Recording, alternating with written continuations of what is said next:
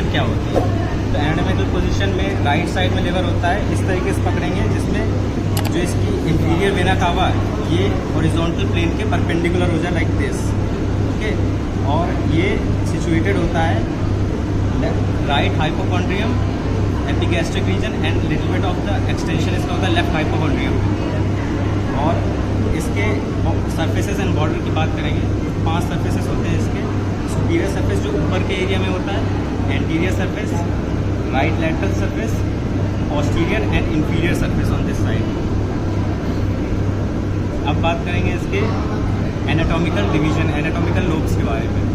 तो ये सामने जो लिगामेंट, इस फर्स्ट ऑफ ऑल ये पूरा कवर्ड होता है पेरिटोनियल कवरिंग से, उस कवरिंग को कहते हैं गिल्सन्स कैप्सूल। और यहाँ पे ये जो लिगामेंट दिख रहा है इसे कहते हैं फैल्सिफॉर्म लिगामेंट।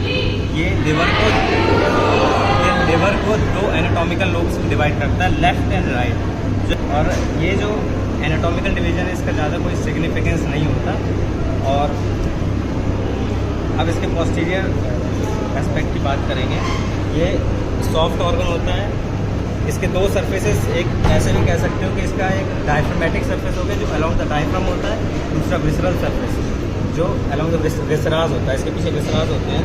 और ये सॉफ्ट ऑर्गन होता है तो विसराज लगातार जब इस पर प्रेशर डालते हैं तो इस पर इम्प्रेशंस आ जाते हैं उसके।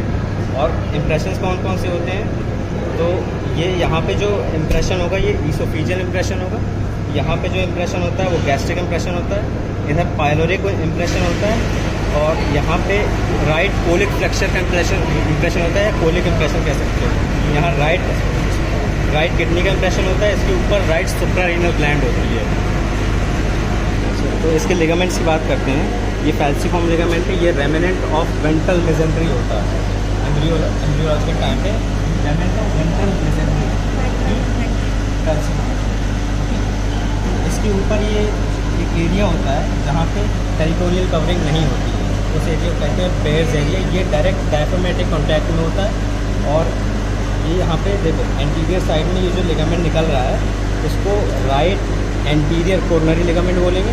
ये पीछे से निकल रहा है राइट पोस्टीरियर कोरोनरी लिगामेंट, और जहाँ कंबाइन होता है ये राइट साइड में हो रहा है तो राइट ट्रायंगुलर लिगामेंट। ऐसे सिमिलरली इस साइड में ये लेफ्ट एंटीरियर कोरोनरी लिगामेंट, ये लेफ्ट ये इंफीरियर वेना कावा हो गया। नॉच की बात करते हैं, नॉच। तो ये 2 नॉच होते हैं इसमें, एक ये है एक ये नॉच है। ये जो नॉच है इसको कहते हैं इंटरलोब्युलर नॉच, बिकॉज ये 2 लोब्स के बीच में नॉच क्रिएट हो रहा है। इसको कहते हैं सिस्टिक नॉच, बिकॉज यहाँ पे गॉल ब्लैडर होता है, उसकी वजह से यहाँ पे जो नॉच क्रिएट हो रहा है वो सिस्टिक नॉच हो गया। और इसके ऊपर यहाँ एक और इम्प्रेशन होता है कार्डियक इम्प्रेशन, क्योंकि इसके ऊपर हार्ट होता है और हार्ट का बेस होता है। हार्ट का बेस राइट वेंट्रिकल से बनता है, तो राइट वेंट्रिकल का भी यहाँ पे इम्प्रेशन होगा ऊपर। तो ये सारी चीज़ें, और कुछ रह गया होगा।